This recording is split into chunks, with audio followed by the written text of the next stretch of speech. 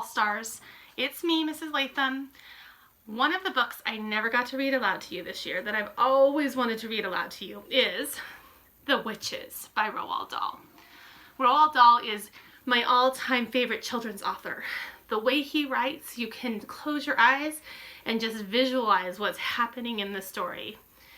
And he writes it so that you can really get into the characters. So I'm going to read this to you. If you love witches, if you love suspense, this is a really good book for you.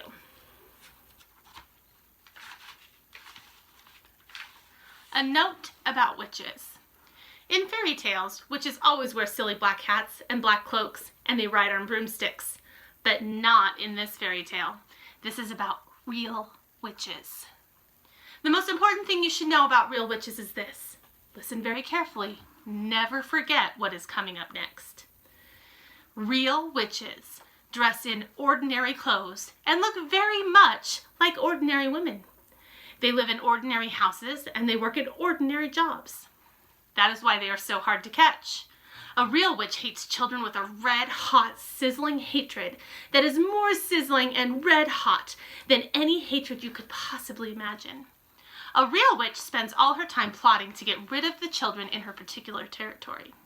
Her passion is to do away with them, one by one. It is all she thinks about the whole day long.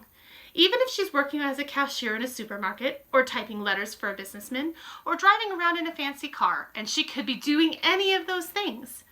Her mind will always be plotting and scheming and churning and burning and whizzing and fizzing with murderous, bloodthirsty thoughts. Which child, she says to herself all day long, exactly which child shall I choose for my next squelching? A real witch gets the same pleasure from squelching a child as you get from eating a plateful of strawberries and thick cream. She reckons on doing away with one child a week.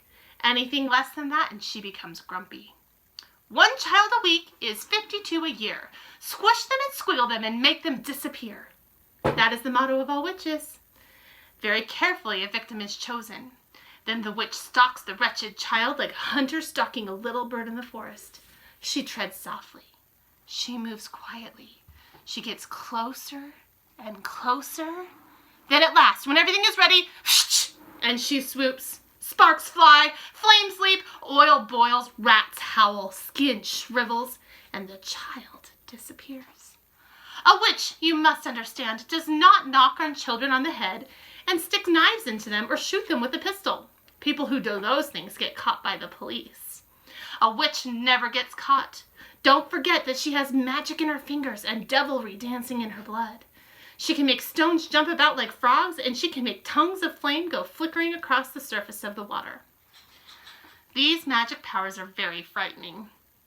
Luckily, there are not a great number of real witches in the world today, but there are still quite enough to make you nervous.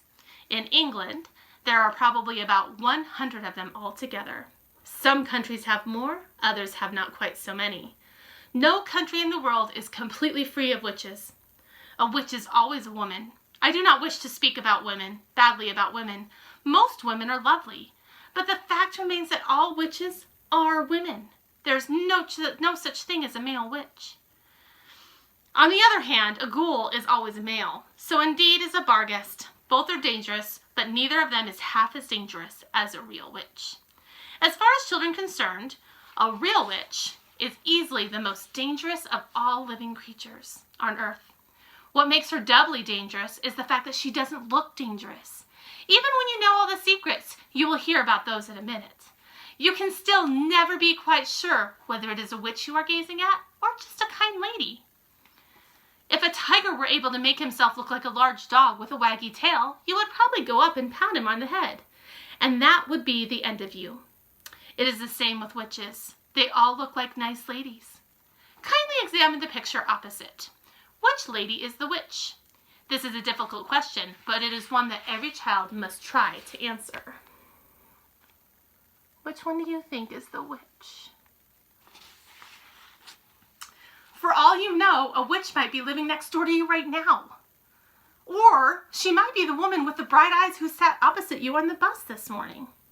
She might be the lady with a dazzling smile who offered you a sweet from a white paper bag in the street before lunch.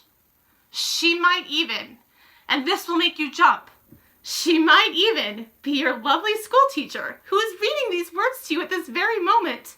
Look carefully at that teacher. Perhaps she is smiling at the absurdity of such a suggestion. Don't let that put you off.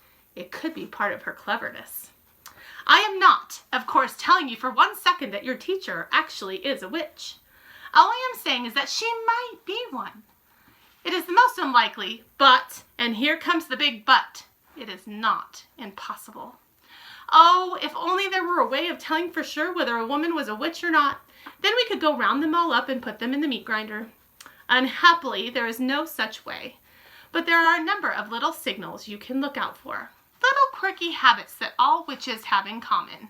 And if you know about these, if you remember them always, then you might just possibly manage to escape from being squelched before you are very much older. So that's the end of that chapter, and tomorrow we will read My Grandmother. I hope you enjoyed the introduction to that story. This is, again, my favorite story by Roald Dahl. I read to you guys this year James and the Giant Peach, and so you understand about how fantastic he writes and things that couldn't possibly happen. So it's really good thing that we're kind of stuck in our homes because the witches can't get you. I'll see you tomorrow. Bye.